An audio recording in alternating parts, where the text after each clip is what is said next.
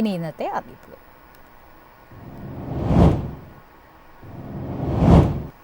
സിയാലിന്റെ രണ്ടാം ഘട്ട പുനരധിവാസ പദ്ധതിക്ക് ഡയറക്ടർ ബോർഡ് അംഗീകാരം നൽകി. നേരത്തെയുള്ള പാക്കേജിൽ മതിയായ സംരക്ഷണം ലഭിക്കാത്തവർക്ക് രണ്ടാം ഘട്ട പാക്കേജ് നടപ്പിലാക്കും. കൊച്ചി വിമാനത്താവളത്തിനായി സ്ഥലം ഏറ്റെടുത്തപ്പോൾ വീടും പുരയിടവും നഷ്ടപ്പെട്ടവർക്കായി രൂപവൽക്കരിച്ച രണ്ടാംഘട്ട പുനരധിവാസ പദ്ധതിക്കാണ് ഡയറക്ടർ ബോർഡ് അംഗീകാരം നൽകിയത്. വിദ്യാഭ്യാസ യോഗ്യതയനുസരിച്ച് സിയാൽ, മറ്റ് അനുബന്ധ സ്ഥാപനങ്ങൾ എന്നിവയിൽ തൊഴിലവസരം, taxi permit, head load workers സൊസൈറ്റിയിൽ അംഗത്വം എന്നിങ്ങനെയുള്ള വിവിധ തട്ടുകളിലായാണ് പുനരധിവാസ പാക്കേജ് നടപ്പിലാക്കിയിരുന്നത്. നിരവധി പേർക്ക് കുറഞ്ഞ വേതനമുള്ള കരാർ ജോലികളാണ് ലഭിച്ചിരുന്നത്. ഇവർക്കായി പാക്കേജിൽ മാറ്റം വരുത്തണമെന്ന ദീർഘകാല ആവശ്യമാണ് ഇപ്പോൾ സിയാൽ പരിഗണിച്ചത്.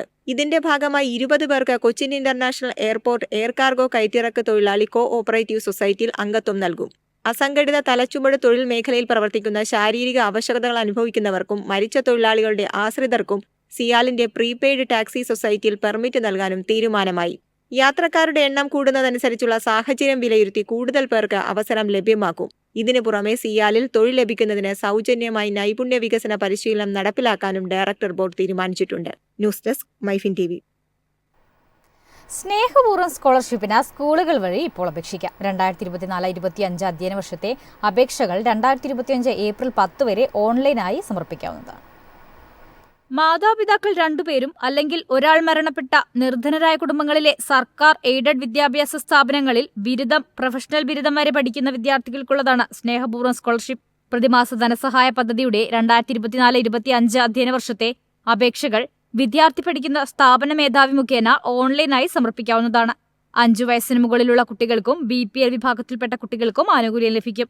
ഗ്രാമങ്ങളിൽ 20,000 രൂപ വരെയും നഗരങ്ങളിൽ 23,375 രൂപ വരെയും വാർഷിക വരുമാനമുള്ള കുടുംബങ്ങളിലെ വിദ്യാർത്ഥികളെയാണ് പരിഗണിക്കുക. വിവിധ ക്ലാസുകളിൽ പഠിക്കുന്ന വിദ്യാർത്ഥികൾക്ക് ധനസഹായ തുകയിൽ വ്യത്യാസമുണ്ടായിരിക്കും. 1 മുതൽ 5 വരെ പഠിക്കുന്ന കുട്ടികൾക്ക് പ്രതിമാസം 300 രൂപയും 6 മുതൽ 10 വരെയുള്ള കുട്ടികൾക്ക് 500 രൂപയുമാണ് അനുവദിക്കുക. +1, +2 ക്ലാസ്സിൽ പഠിക്കുന്ന കുട്ടിക്ക് 750 രൂപയും ആനുകൂല്യം ലഭിക്കും. HIV ബാധിതരായ കുട്ടികൾക്ക് വരുമാന പരിധിയില്ലാതെ തന്നെ സ്നേഹപൂർവ്വം പദ്ധതിയുടെ ആനുകൂല്യം ലഭിക്കും. News desk MyFin TV. കനത്ത ചൂടിൽ നിന്ന് ആശ്വാസമേകി സംസ്ഥാനത്ത് ഇന്നും ഒറ്റപ്പെട്ടയിടങ്ങളിൽ ഇടിമിന്നലോട് കൂടിയ മഴയ്ക്ക് സാധ്യത.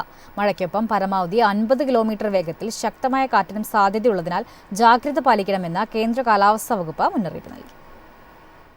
ഇടിമിന്നൽ അപകടകാരികളായതിനാൽ മനുഷ്യർക്കും വൈദ്യുത ചാലകങ്ങളുമായി ബന്ധിപ്പിച്ചിട്ടുള്ള വീട്ടുപകരണങ്ങൾക്കും വലിയ നാശനഷ്ടം സൃഷ്ടിക്കുന്നുണ്ട്. അതിനാൽ ജനം ജാഗ്രത പാലിക്കണമെന്നും മുന്നറിയിപ്പിൽ പറയുന്നു. ഇടിമിന്നലിന്റെ ആദ്യ ലക്ഷണം കണ്ടുകഴിഞ്ഞാൽ ഉടൻ തന്നെ സുരക്ഷിതമായ കെട്ടിടത്തിനുള്ളിലേക്ക് മാറുക. തുറസായ സ്ഥലങ്ങളിൽ തുടരുന്നത് ഇടിമിന്നലേൽക്കാനുള്ള സാധ്യത വർദ്ധിപ്പിക്കുമെന്ന് കേന്ദ്ര കാലാവസ്ഥാ വകുപ്പ് അറിയിച്ചു. ഇടിമിന്നലുള്ള സമയത്ത് ടെലിഫോൺ ഉപയോഗിക്കുന്നത് ഒഴിവാക്കണം. ശക്തമായ കാറ്റിനും ഇടിമിന്നലിനും സാധ്യതയുള്ള ഘട്ടത്തിൽ ജനലും വാതിലും അടച്ചിടുക.